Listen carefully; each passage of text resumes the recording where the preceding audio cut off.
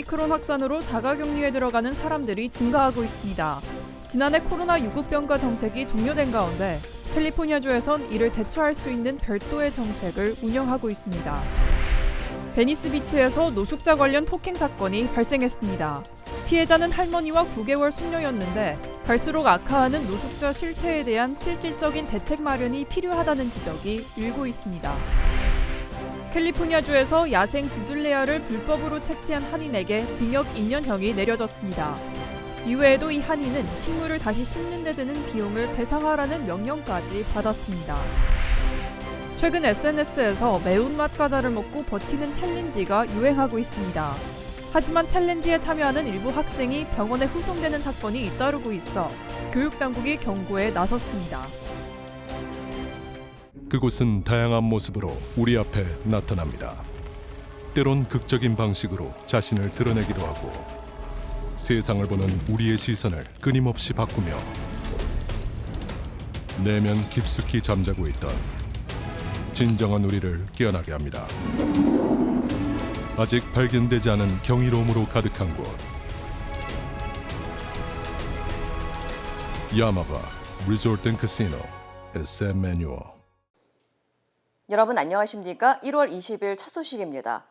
최근 오미크론 확산으로 또다시 자가격리에 들어가는 사람들이 늘고 있습니다. 특히 지난해 코로나 유급병가 정책이 종료되면서 확진 판정을 받은 직장인들의 경우 개인 휴가나 병가를 쓰거나 또는 무급으로 자가격리에 들어가는 경우도 적지 않은 것으로 알려졌는데요. 이 같은 직장인들을 위해 캘리포니아주에서는 유급병가를 대체할 수 있는 임금 정책을 운영하고 있습니다. 여준호 기자의 보도입니다. 지난해 종료된 연방정부의 코로나 유급병가 정책. 최근 오미크론 변이 확산으로 피치 못하게 자가격리에 들어가는 근로자들이 늘어나자 다시 코로나 유급병가를 도입해야 한다는 목소리가 커지고 있습니다. 코로나 병가가 없어 개인 휴가나 병가를 쓰거나 이마저도 없을 경우 무급으로 자가격리에 돌입하는 경우가 적지 않기 때문입니다.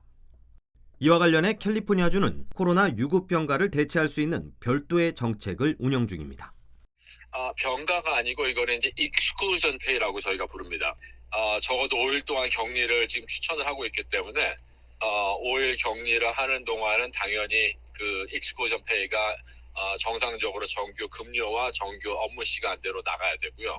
노출된 사람도 마찬가지입니다.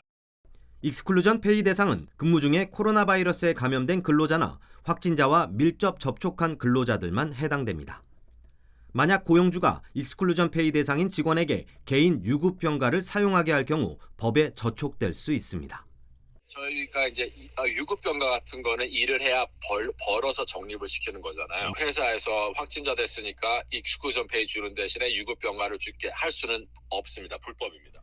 하지만 확진이나 밀접 접촉자라도 직종에 따라 재택근무가 가능한 근로자나 산재나 장애보험 등에 가입되어 있는 근로자들은 지급 대상에서 제외됩니다.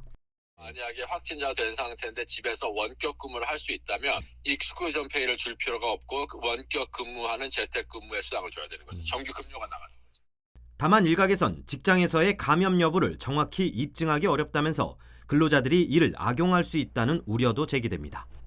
이 때문에 주 정부가 고용주와 직원들 모두 납득할 수 있는 실용적인 유급병가 제도를 만들어야 한다는 지적도 나오고 있습니다.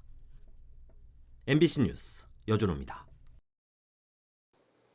한편 오미크론 변이가 미 전역에서 확산하면서 최근 2주 동안 결근자가 900만 명을 기록했습니다.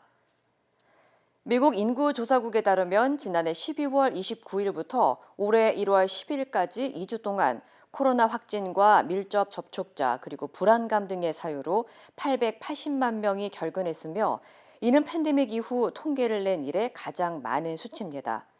워싱턴 포스트는 근로자들이 기록적인 숫자로 결근하면서 노동력 부족 문제를 악화시키고 노동시장 전체를 더욱 복잡하게 만들고 있다고 전했습니다. 경제학자들은 오미크론 변이가 일으킨 가장 큰 문제는 전염에 대한 두려움이 아니라 심각한 노동력 부족이라고 지적했습니다. 기업 회계 컨설팅 업체 RSM은 인력 부족은 기업의 생산력 저하로 이어진다며 미국 기업 대부분이 1분기 성장률 전망치를 하향 조정할 것으로 예상했습니다. LA의 유명 관광지 베니스 비치의 노숙자 실태 여러 번 보도에 들었는데요. 상황이 갈수록 악화하고 있습니다. 최근에는 할머니와 9개월 손녀가 노숙자로부터 묻지마 폭행을 당하는 사건이 발생해 우려의 목소리가 높아지고 있습니다. 김재은 기자의 보도입니다. 어제 아침 베니스 비치를 방문한 할머니와 9개월 손녀가 폭행을 당했습니다. 범인은 다름 아닌 여성 노숙자였습니다. 이 노숙자는 위협하며 아기를 뺏으려고 했고 할머니가 저항하자 손에 들고 있던 커피를 빼앗아 아기 얼굴에 뿌린 것으로 알려졌습니다. 다행히 커피가 식어 아기는 화상을 입지는 않았지만 자칫 큰 사고로 이어질 뻔했습니다. She heard the woman right behind her saying, you give me that baby. And she turned around. The woman lunged at her, said, give me that baby. They took my baby, so I'm going to take your baby. 노숙자는 폭행 혐의로 기소될 것으로 전해졌습니다. 노숙자 관련 폭행 사건에 대한 논란이 증폭되고 있는 가운데 대책을 놓고 시 측과 주민 간 갈등이 깊어지고 있습니다. 시 당국은 노숙자들의 권리를 우선시하고 인간적인 지원 제도를 마련해야 한다고 주장했습니다. 하지만 주민들의 생각은 다릅니다. 노숙자들이 도움을 받는다고 해도 각종 혐의로 체포됐다가 풀려날 경우 재범의 악순환이 반복될 수 있다고 지적했습니다. Lock someone up thinking that's the solution, but tax-wise, humane-wise, it's a very deficient, police are a very deficient option. 노숙자를 보호하는 일도 중요하지만 지속 가능한 해결책이 필요하다고 강조했습니다. MBC 뉴스 김재은입니다. 보호종인 야생 두들레아를 불법으로 채취해 한국으로 수출한 혐의를 받은 한인 남성에게 징역 2년형이 내려졌습니다. 연방검찰에 따르면 46세 남성 김병수 씨는 북가주 주립공원에서 채취한 15만 달러 상당의 두들레아를 불법으로 채취해 수출하려 한 혐의로 징역 2년형을 선고받았습니다. 또 훔친 식물을 다시 심는 데 드는 비용을 충당하기 위해 캘리포니아주에 3,985달러를 배상하라는 명령을 내렸다고 검찰은 전했습니다. 김 씨와 일당 2명은 한국에 거주하면서 지난 2009년부터 50회 이상 캘리포니아주로 들어와 주립공원을 다니며 야생 두들레아를 몰래 채취해 한국 암시장에서 포기당 100달러에 판매했습니다. 독특한 색깔과 모양으로 아시아 시장에서 인기 있는 두들레아는 재배하는 데만 수년이 걸려 구하기 힘든 품종으로 한국에서 공기 정화와 인테리어로 가치가 높아 재테크 수단으로 유통되고 있습니다. 최근 SNS에서 매운 과자를 먹고 견디는 원칩 챌린지가 확산하고 있습니다. 특히 청소년들을 중심으로 이 챌린지가 유행하면서 무분별하게 따라하다 급기야 병원으로 입원하는 사태도 발생하고 있는데요. 전문가들은 이런 유행이 10대들의 건강에 악영향을 줄 수 있다고 우려했습니다. 홍지은 기자의 보도입니다. 상자 속에 담긴 과자를 한 입 베어 물고 얼마 후 얼굴이 벌겋게 달아오르고 고통스러워하는 학생들. 과자를 먹고 물이나 음료수 없이 5분을 버티는 이른바 원칩 챌린지를 하는 모습입니다. 캘리포니아주에서 다수의 고등학생들이 원칩 챌린지를 하다 급기야 병원에 실려가는 사건이 발생했습니다. It is crazy. A lot of kids follow their peers, so even if they don't know what it is, they don't know the consequence. We just need to watch our kids more. It's kind of dumb because there's better ways to entertain yourself. 맵기로 소문난 과자인 캐롤라이나 리퍼 칩스의 핵심 재료는 캐롤라이나 리퍼와 스콜피온 고추입니다.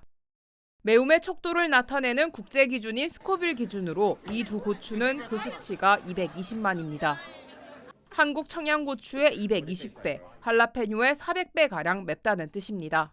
Throughout your digestive tract, you may feel burning and pain, and it can be pretty severe after a short time, similar to a reaction like an asthmatic might have with bronchospasm. And if they have persistent vomiting, they could need IV hydration or medications to stop the vomiting. 특히 성장기인 청소년들에게 만성 위장 질환을 유발할 수 있다고 전문가들은 경고했습니다. 소셜미디어를 통해 빠르게 번지는 위험천만한 챌린지가 무분별하게 따라할 수 있는 10대에게 악영향을 주고 있다는 지적입니다. 전문가들은 도전 형식의 챌린지 유행이 10대들이 따라하려는 심리를 자극해 사고를 유발하고 있다고 지적했습니다. MBC 뉴스 홍지은입니다. 남부 지역 일대에 얼음 폭풍 경보가 내려졌습니다. 국립기상국은 7년 만에 처음으로 노스캐롤라이나주 등 남부 지역에 최대 0.5인치의 얼음과 진눈깨비 등이 예상되는 얼음 폭풍 경보를 발령했습니다. 기상당국은 사우스캐롤라이나의 머틀비치와 노스캐롤라이나주의 윌밍턴 지역이 가장 피해가 심각할 것으로 예보했으며 나무가 쓰러지거나 나뭇가지 등이 전깃줄을 덮칠 경우 정전 사태까지 잇따를 수 있다고 경고했습니다. 특히 한겨울에도 좀처럼 영하로 떨어지지 않은 텍사스주에도 얼음 폭풍이 덮치면서 이상 한파가 예상됐습니다. 최소 1,000만 명이 얼음 폭풍의 영향권 아래에 놓이게 되자 노스캐롤라이나와 사우스캐롤라이나 주지사는 각각 비상사태를 선포하고 주 차원의 대응에 나섰습니다. 유엔 안보리 차원에서 북한에 대한 추가 제재를 하려던 미국의 시도가 중국과 러시아의 저지로 무산됐습니다. 워싱턴에서 김수진 특파원입니다. 북한의 미사일 개발 관련자들을 유엔 안보리의 제재 대상에 추가하자는 미국의 제안이 사실상 무산됐습니다.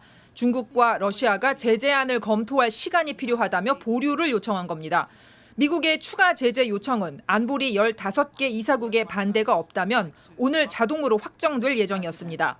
안보리 산하 대북 제재위는 5개 상임이사국과 10개 비상임 이사국의 만장일치를 통해서 의사결정을 하기 때문에 한 나라라도 반대하면 추가 제재는 불가능해집니다. 미국은 앞서 미사일 개발과 관련한 북한 국방과학원 소속 5명에 대해 유엔 차원의 여행 금지와 자산 동결을 해야 한다며 추가 제재를 요청했습니다. 추가 제재가 불발되자 미국은 유엔 회원국들의 단합된 행동을 촉구했습니다. 중국과 러시아를 직접 언급하진 않았지만 북한에 대한 제재를 포함해 유엔 결의안을 모든 회원국들이 따라야 한다고 강조했습니다. We have these sanctions for a reason. And for any member state to oppose putting sanctions on that have been agreed to by the entire Security Council gives, in my view, the DPRK a blank check. 유엔 안보리는 한국 시간 오전 5시부터 북한의 미사일 시험 발사와 관련한 비공개 회의를 열었습니다. 올해 들어 벌써 2번째 회의인데 이번에도 공동성명 채택은 이루어지지 않을 것으로 보입니다. 중국과 러시아가 표면적으로 밝힌 이유는 검토할 시간이 더 필요하다는 것이었지만 국제 외교 무대에서 미국과 대립하고 있는 두 나라가 사실상 대북 추가 제재에 반대 의사를 표명한 것으로 해석됩니다. 워싱턴에서 MBC 뉴스 김수진입니다. 러시아의 우크라이나 침공에 대한 긴장이 고조되는 가운데 미국이 러시아에 대한 경고 수위를 한층 높여가고 있습니다. EU 등 서방 국가들도 러시아가 전쟁을 일으키면 제재에 동참하겠다고 경고했습니다. 전재용 기자입니다. 잠수함에서 발사한 미사일이 하얀 구름을 만들며 솟구쳐 오릅니다. 러시아 해군의 순항 미사일 칼리브르의 시험 발사 장면입니다. 러시아는 주변 해역에서 140여 척의 함정과 10,000명이 넘는 군인이 참가하는 이례적인 해군 함대 훈련도 예고했습니다. 또 각종 군사 장비와 12만여 명의 병력을 우크라이나 국경 인근으로 배치했습니다. 러시아는 침공 준비가 아닌 훈련일 뿐이라는 입장이지만 미국은 만약에 침공에 대비해 리투아니아 등 나토 회원국을 통해 우크라이나에 무기를 지원하며 대응에 나서는 한편 러시아에 대한 경고 수위를 계속 높이고 있습니다. 블링컨 미 국무장관은 러시아가 우크라이나를 공격하면 미국과 동맹국은 즉각적인 공동 대응에 나서겠다고 밝혔습니다. That's why the United States and our allies and partners in Europe have been so focused on what's happening in Ukraine. It's bigger than a conflict between two countries. It's bigger than Russia and NATO. 러시아의 공격 강도에 따라 제재 수위를 조절하겠다고 밝힌 바이든 대통령의 발언에서 한 발 더 나아간 겁니다. 입장 표명에 주저했던 유럽연합도 러시아에 경고 메시지를 보냈습니다. 폰데어 라이엔 EU 집행위원장은 러시아가 우크라이나를 공격하면 대규모 경제금융 제재를 하겠다며 공격이 일어나지 않기를 희망한다면서도 만일 그럴 경우 우리는 준비돼 있다고 강조했습니다. 긴장이 고조되고 있는 가운데 블링컨 미 국무장관은 현지 시간 21일 스위스 제네바에서 러시아 외무장관과 만나 이번 사태에 대한 담판을 벌일 예정입니다. MBC 뉴스 전재용입니다. 코로나 사태로 QR코드 사용이 일상화되면서 이를 악용한 피싱 공격이 잇따라 발생해 각별한 주의가 요구됩니다. 연방수사국 FBI는 최근 팬데믹으로 QR코드 이용이 많아지면서 이를 교묘히 악용해 개인정보를 탈취하거나 피싱 공격을 시도하는 사례가 빈번하게 발생하고 있다고 경고했습니다. 범죄자들은 업체들이 만든 QR코드에 바이러스 프로그램이 내장된 가짜 QR코드로 대처하거나 직접 만든 QR코드를 통해 피해자들이 가짜 웹사이트로 접속하게 유도하는 수법을 사용하고 있습니다. FBI는 이 같은 사기 피해를 예방하기 위해선 QR코드를 통해 접속하는 웹사이트를 꼼꼼히 확인하고 앱을 다운받을 경우에도 되도록 앱스토어를 통해 다운받을 것을 조언했습니다.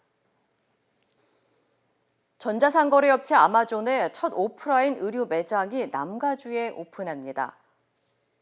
아마존은 최초의 오프라인 의류 매장 아마존 스타일을 글렌데일 지역의 대형 야외 쇼핑몰인 아메리카나 앳 브랜드몰에 정식 오픈한다고 밝혔습니다.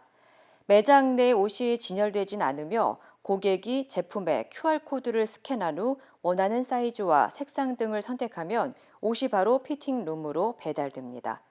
결제 역시 QR코드를 스캔하는 방식으로 이루어질 것으로 알려졌습니다. 한편 아마존 측은 매장의 개장 시기를 올해 말쯤으로 보고 있다고 전했습니다.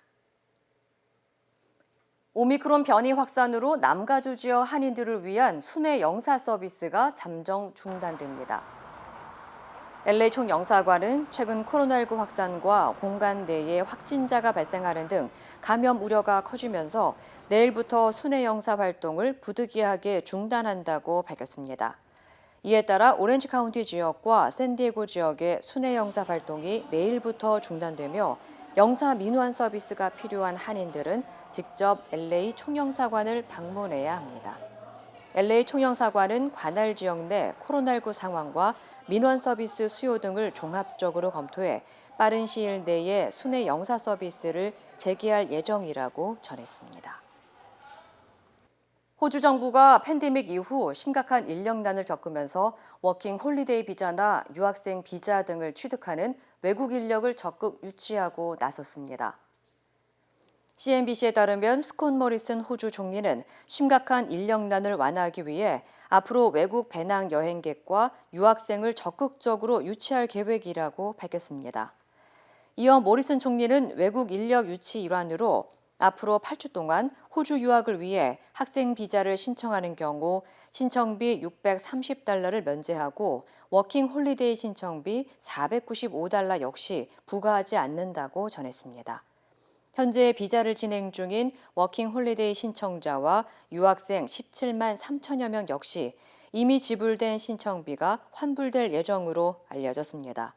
한편 호주는 팬데믹이 시작된 이후 2년여 동안 엄격한 봉쇄 정책을 실시하면서 이민자 50만여 명이 줄어들어 농장과 요식, 관광 등의 분야에서 극심한 인력난을 겪고 있습니다. 백신 미접종으로 호주에서 추방돼 호주 오픈 출전이 무산된 남자 테니스 세계 랭킹 1위 노박 조코비치에게 후원업체가 계약 철회를 고려하는 등 후폭풍이 일고 있습니다. CNN에 따르면 조코비치의 후원사 라코스테는 조만간 조코비치와 접촉해 호주 정부의 비자 취소 문제에 대해 논의할 예정이라고 전했습니다. 이는 조코비치의 호주 오픈 출전이 무산되면서 최악의 경우 올 시즌 4대 그랜드슬램 테니스 대회에 모두 출전이 금지될 수 있다는 부정적인 전망이 나오고 있기 때문이라는 분석입니다. 일각에서는 라코스테에 이어 자동차 업체 스탈란티스, 스위스 시계 제조사 위블로, 그리고 일본 스포츠 브랜드 아식스 등과의 스폰서 관계도 소원해질 수 있다는 전망도 나오고 있습니다. 앞서 조코비치는 코로나19 백신을 맞지 않은 상태로 호주 오픈에 참가하려다 입국이 거부된 후 법적 대응에 나섰지만 결국 받아들여지지 않아 호주에서 추방됐으며 3년 동안 호주 입국 역시 금지됐습니다. 그곳은 다양한 모습으로 우리 앞에 나타납니다. 때론 극적인 방식으로 자신을 드러내기도 하고 세상을 보는 우리의 시선을 끊임없이 바꾸며 내면 깊숙이 잠자고 있던 진정한 우리를 깨어나게 합니다. 아직 발견되지 않은 경이로움으로 가득한 곳. 야마바 리조트 앤 카시노 SM 매뉴얼. 원팀 합류 여부가 주목됐던 국민의힘 윤석열 후보와 홍준표 의원의 만남이 결국 파열음을 내고 있습니다. 홍 의원이 상임 고문직 수락을 위한 전제 조건 가운데 하나로 재보궐선거 공천을 요청했는데 윤 후보 측이 구태라고 비난하자 홍 의원은 방자한 태도라며 맞섰습니다. 김민찬 기자입니다. 윤석열 후보와 비공개 만찬 회동 직후 홍준표 의원은 윤 후보가 국정 운영 능력을 입증하기 위한 조치와 처가 비리를 엄단하는 선언을 하면 선대본부 고문직을 맡겠다고 밝혔습니다. 날이 밝자 홍 의원이 내건 조건 중 하나가 3월 국회의원 재보궐선거 공천 제안이었다는 소식이 선대본부에서 흘러나왔고 이를 두고 구태라는 원색적 비판까지 공개적으로 나왔습니다. 구태를 보인다면은 지도자로서의 자격은커녕 우리 당원으로서의 자격도 인정받지 못할 것임을 명심해야 합니다. 홍 의원은 즉각 반발했습니다. 국정 능력을 담보할 조치로 종로의 최재형 전 감사원장을 추천한 거라며 제밥에만 관심 있는 윤 후보 측 인사들이 오히려 갈등을 증폭시키고 있다고 맹비난했습니다. 그 제밥에만 관심이 있어가지고 어떻게 후보하고 이야기하는 내용을 가지고 나를 비난하고 방자하다. 그건 방자하기 이를 데 없다. 파열음이 커지자 윤 후보는 직접 최 전 감사원장을 만난 뒤 최 전 원장의 뜻은 그게 아니라고 공개하며 홍 의원을 몰아세웠습니다. 아니 원장님은 우리 최재형 원장님은 아마 그런 대화 자체를 나눈 사실이 없다고 이미 말씀을 하셨고 지금 뭐 정권 교체에 집중을 해야지 어디 출마를 한다 이런 걸 논할 계제는 아닌 것 같습니다. 국민의힘 내부에선 원팀 완성을 위한 마지막 카드로 기대되던 홍 의원과의 만남이 결국 혹시나 했던 공천권 갈등만 키웠다는 평가가 나오고 있습니다. MBC 뉴스 김민찬입니다. 더불어민주당 이재명 후보는 유명 안무가인 리아킴을 비롯한 청년 예술인들을 만나 현장의 목소리를 듣고 관련 정책과 공약을 발표했습니다. 국민의힘 윤석열 후보는 이틀째 가상자산 관련 행보를 이어가는 동시에 직장인과 영유아 부모를 겨냥한 공약을 내놨습니다. 조명아 기자입니다. 마치 힙합 댄서처럼 헐렁한 옷차림을 하고 나온 민주당 이재명 후보가 스튜디오에 등장해 즉석에서 배운 춤을 선보입니다. 함께 등장한 사람들은 걸그룹 트와이스 등 인기 가수들을 지도한 것으로 잘 알려진 유명 안무가 리아킴과 청년 댄서들로 이 후보는 이들과 만나 청년 예술가 지원 대책을 논의했습니다. 문화예술인들을 위한 공약도 내놨습니다. 연간 100만 원을 기본소득으로 지원하고 문화예산을 국가재정의 2.5%까지 확대해 우리나라를 글로벌 문화 콘텐츠 2강 국가로 키우겠다고 밝혔습니다. 우리 미래는 이제 하드 파워보다 소프트 파워 중심으로 옮겨갈 수밖에 없고 좀 국가의 대대적인 투자와 관심 지원이 필요하다고. 이 후보는 또 세계적인 투자자인 짐 로저스와 화상으로 만나 세계 경제를 주제로 1대1 대담을 나누기도 했습니다. 국민의힘 윤석열 후보는 가상자산 관련 행보를 이어갔습니다. 가상자산 업계에서도 유니콘 기업이 나오게 해야 한다며 규제 완화를 강조했습니다. 가상자산 시장의 무한한 가능성이 실현될 수 있도록 확실히 네거티브 규제 시스템으로 전환해야 합니다. 직장인과 영유아 부모 그리고 반려동물 인구를 위한 공약도 잇따라 내놨습니다. 윤 후보는 어린이집과 유치원을 단계적으로 통합하고 영유아 무상급식은 조식과 석식까지 확대하기로 했습니다. 또 반려동물의 치료비도 소득공제 대상에 포함해 부담을 줄이겠다고 공약했습니다. 윤 후보는 연말정산에서 기본공제액을 200만 원으로 높이고 부양가족 요건도 만 25세 이하로 완화하겠다고 약속했습니다. 연말정산 공약에선 이재명 후보도 비슷하게 맞불을 놨는데 이 후보는 공제를 더 확대하고 2030 취업자에 대한 연 100만 원 특별공제를 도입하겠다고 밝혔습니다. MBC 뉴스 조명아입니다. 국민의힘 윤석열 후보의 부인 김건희 씨의 통화 녹음을 어디까지 공개해도 되는지를 두고 법원이 최근 엇갈린 결론을 내놨습니다. 앞서 MBC 스트레이트에 대해서는 수사 사안에 대한 김 씨의 발언을 보도하지 말라고 했지만 다른 재판부는 수사 관련 내용도 공익을 위해 공개할 수 있다고 판단한 겁니다. 윤수환 기자입니다. 김건희 씨 측은 7시간 통화 녹음 보도가 언론 출판의 자유로 보호될 수 없다고 주장했습니다. 사적 대화는 국민의 알 권리인 공적 관심사에 해당하지 않습니다. 하지만 법원은 통화 내용 대부분을 보도할 수 있다고 잇따라 결정했습니다. 대선 후보 부인의 정치적 견해나 언론과는 국민의 공적 관심 사안이란 겁니다. 그러면서도 김 씨가 받고 있는 수사 관련 녹음을 놓고는 재판부 두 곳이 다르게 봤습니다. 지난주 서울 서부지법은 수사나 재판에서 진술을 거부할 권리가 김 씨에게 있는 만큼 관련 발언을 보도하지 말라고 했습니다. 반면 서울중앙지법은 공개할 수 있다고 판단했습니다. 도이치모터스 주가 조작 의혹 등 김 씨 본인이나 가족 관련 수사에 대한 발언 역시 공적 관심사이자 검증 비판의 대상이라며 다양한 평가를 거쳐 투표의 판단 자료로 제공돼야 한다고 지적했습니다. 특히 해당 발언이 공개되더라도 진술 거부권이 침해되는 건 아니라며 다른 재판부의 앞선 결정을 뒤집었습니다. 중앙지법은 또 개인적 대화는 공개하지 말라면서도 과거 검찰 간부와의 관계 등 각종 의혹은 단순한 사생활을 넘어 이미 국민적 관심사라고 선을 그었습니다. 한편 또 다른 유튜브 매체의 방영 금지 신청 사건을 맡은 서울 남부지법은 오늘 오후 결론을 내겠다고 밝혔습니다. MBC 뉴스 윤수환입니다. 군함도에 이어서 또 다른 일본의 강제 동원 현장이죠. 사도광산. 일본이 세계문화유산 등재를 추진해 왔는데 신청을 보류할 거라는 일본 언론 보도가 잇따르고 있습니다. 신청을 해도 한국이 반대해서 통과하기 어렵다는 계산으로 보입니다. 사도 현지에서 고현승 특파원입니다. 지난해 말 일본 문화심의회가 유네스코 세계유산 후보로 선정한 사도광산입니다. 사도광산에는 이렇게 입구에서부터 세계유산으로 등재해야 한다는 현수막 등이 걸려있지만 정작 조선인 강제동원 등 어두운 역사에 대한 언급은 전혀 찾아볼 수 없습니다. 현재 남아있는 광산시설 대부분이 19세기 이후에 만들어졌는데도 태평양 전쟁 시기는 쏙 빼고 19세기 이전 에도 시대 광산만을 등재하겠다는 꼼수를 쓰고 있는 겁니다. 신청 마감은 다음 달 1일. 일본 정부는 검토를 진행해왔는데 추천을 보류한다는 일본 언론 보도가 잇따라 나왔습니다. 요미우리 신문 등은 복수의 정부 관계자를 인용해 등록을 위한 환경 정비나 준비가 부족하다고 판단해 올해 추천은 보류하는 방향으로 최종 조정을 진행하고 있다고 썼습니다.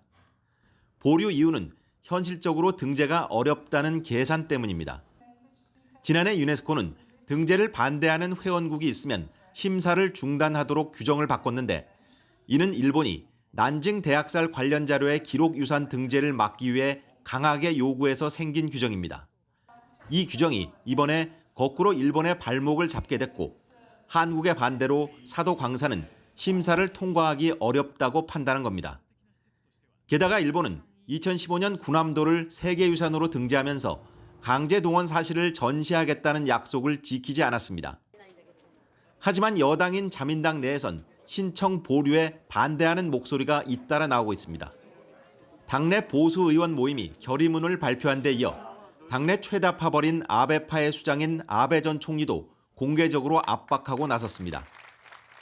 ただ論戦を避ける形でですね、登録を申請しないというのは間違っているんだろうと思います. 사도광산 등재 여부는 다음 주 일본 정부 강요회의에서 최종 결정될 전망입니다. 니가타현 사도에서 MBC 뉴스 고현승입니다. 영국의 보리스 존슨 총리가 코로나19 봉쇄 기간 중 벌인 수차례 음주 파티로 사임 압박을 받고 있는데요. 최근 존슨 총리의 늦둥이 딸이 코로나19 양성 판정을 받고 치료 중인 것으로 알려졌습니다. 관련 소식 전해드립니다.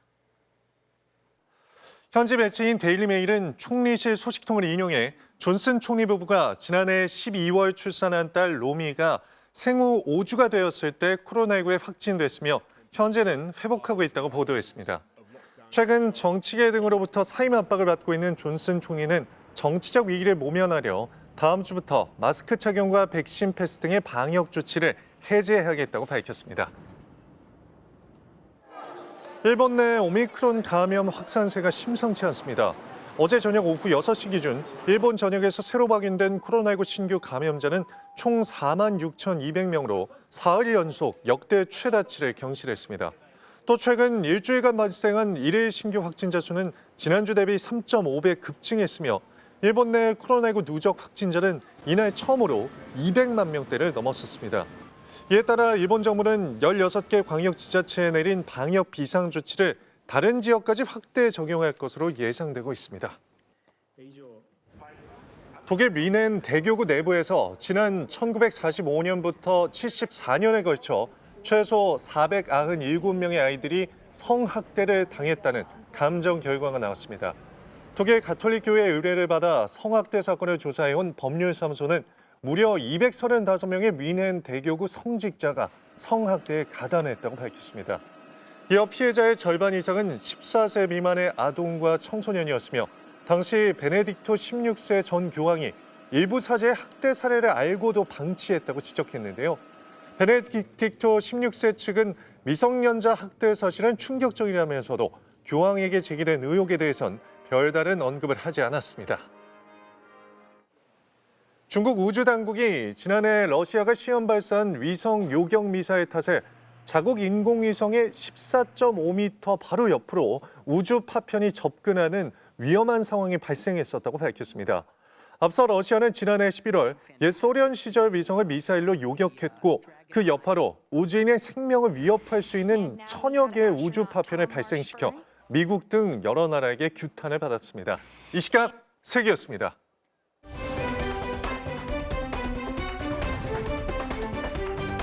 투데이 이슈톡입니다. 코로나19 확산으로 봉쇄령이 내려진 네덜란드에서 이색 시위가 벌어졌는데요. 첫 번째 키워드입니다. 그림도 보고 머리도 하고. 19세기 후기 인상파 화가 빈센트 반 고흐의 작품이 가득한 이곳. 무슨 일인지 관람객들이 그림도 보며 손톱을 다듬고 있는데요. 한쪽에서는 피트니스에 요가 수업까지 한창입니다. 네덜란드 반 고흐 미술관이 코로나19 봉쇄령에 문을 열 수 없게 되자 네일살론과 체육관으로 깜짝 변신해 이색 시위에 나선 겁니다. 네덜란드 클래식계의 자존심인 콘세르트 헤보 극장도 미용실로 탈바꿈해 클래식 공연과 함께 이발 서비스를 시작했습니다. 이번 시위에 대해 반 고흐 미술관장은 박물관 방문은 안전하다면서 정부의 일관성 있는 방역 수칙이 필요하다고 강조했는데요. 현재 네덜란드에서는 지난주에만 24만 3천 건의 코로나19 사례가 보고됐는데 이는 전주 대비 약 20만 건이 증가한 수치입니다. 주사로 진행되던 백신 접종 방식에 조만간 변화가 올지도 모르겠습니다. 스위스에서 팔에 붙이는 패치 형식의 코로나19 백신이 나올 전망이기 때문인데요. 두 번째 키워드입니다. 붙이는 백신 접종, 스위스에서 임상 실험입니다. 의료진이 한 남성의 팔에 붙이는 네모난 이것, 패치 형식의 차세대 코로나19 백신인데요. 스위스 로잔에 있는 유니상태 의학연구센터에서 팔에 붙이는 패치 방식의 코로나19 백신에 대한 임상시험이 시작됐다고 로이터 통신이 보도했습니다. 1mm 이하의 미세 바늘이 달려 있어서 피부에 붙였다가 떼면 백신이 주입되는 간단한 방식인데요. 붙이는 백신은 영국의 한 제약회사가 개발했습니다. 연구진은 지난주 26명의 지원자에게 백신을 붙이기 시작했는데 이들에게 각각 기본 용량과 조금 더 강한 용량 등 두 차례 백신을 제공한 뒤 6개월간 경과를 지켜볼 방침입니다. 이번 연구의 책임자는 이 백신이 일명 면역 기억 세포라 불리는 세포를 생성하는데 이는 백신의 효과를 더 오래가게 한다고 설명했는데요. 백신의 효과가 얼마나 지속할지는 아직 모르지만 기존 백신처럼 계절별로 추가 접종할 필요가 없게 될 수도 있다고 말했습니다. 차와 함께 강에 빠진 캐나다 운전자가 구조에 나선 시민들 앞에서 황당한 행동을 보여서 논란입니다. 세 번째 키워드입니다. 차가 가라앉는데 이거 찍어야 해. 지난 16일 캐나다 오타와의 얼어붙은 강 위를 무섭게 달리는 자동차. 사고가 날까 불안한 그때 빙판이 쩍 갈라지면서 강 아래로 풍덩 빠집니다. 다행히 얼음에 차가 걸려 차 위로 피신한 운전자. 현장에 있던 주민들이 카약과 밧줄을 챙겨 구조하는데 정신없는 상황에 자 이래도 되나요? 차가 가라앉는데도 셀카 찍기에 여념이 없습니다. 다행히 주민들이 힘을 모아 운전자는 다친 곳 없이 무사히 구조됐고 해당 운전자는 위험운전 혐의로 현지 경찰에 입건됐는데요. 구조에 앞장섰던 주민들, 셀카를 찍는 운전자를 보고 정말 힘이 빠졌겠네요. 독일의 아우토반은 일부 구간에서 무제한 속도로 주행할 수 있는 합법화된 몇 안 되는 장소 중에 하나죠. 이곳에서 체코의 한 재벌이 슈퍼카를 타고 광란의 질주를 벌였습니다. 네 번째 키워드입니다. 슈퍼카로 시속 417km. 아우토반 광란의 질주입니다. 마치 자동차 경주대회라도 출전한 듯 도로 위에서 속도를 높이는 자동차. 얼마나 빨리 달리는지 여러 대의 차가 순식간에 지나가죠. 체코의 백만장자 라딘 패서가 지난해 7월 독일 아우토반에서 촬영한 건데요. 몇 년 전 베이론으로 자신이 세운 시속 402km의 기록을 깨기 위해 이번에 부가티 키론으로 극한 질주를 펼쳤습니다. 안전을 위해서 3개 차선과 전 구간 시야가 확보되는 10km 직선 구간에서 촬영했다는데요. KTX보다 1.5배 빠른 최고 시속 417km에 도달하자 핸들에서 손을 떼고 환호하기까지 합니다. 해당 도로는 속도 제한이 없지만 독일 교통부는 다른 도로 이용자들을 위험에 빠뜨릴 수 있는 어떠한 행위도 거부한다고 비난했는데요. 안전에 신경을 썼다지만 자신의 운전 실력을 과신한 건 아닌지 모르겠네요. 고양이라면 무엇이든 자신 있는 집사들. 이렇게 큰 고양이 보셨을까요? 5번째 키워드입니다. 포토샵 아니에요. 12kg 우량 고양이입니다. 뾰족한 귀에 탐스러운 하얀 털을 자랑하는 고양이. 성인 여성이 안기도 벅찰 정도로 거대한데요. 모르고 보면 큰 체구 때문에 대형개로 오해할 만하죠. 몸무게 12kg에 달하는 러시아에 사는 캐피르로 세상에서 가장 큰 고양이 품종인 메이쿤종의 새끼 고양이입니다. 일반적으로 메이쿤 고양이들은 생후 4년까지 계속 자란다는데요. 주인인 미니나 씨에 따르면 캐피르를 2년 전에 입양했는데 당시 이렇게 커질 줄은 상상하지 못했다고 합니다. 2살 아기 평균 몸무게와 비슷할 만큼 몸집이 커졌지만 순하고 늘 똑똑하며 차분하게 행동한다는 캐피르. 주인의 정성 어린 보살핌 속에서 행복하게 잘 살았으면 좋겠네요. 투데이 이슈 톡이었습니다.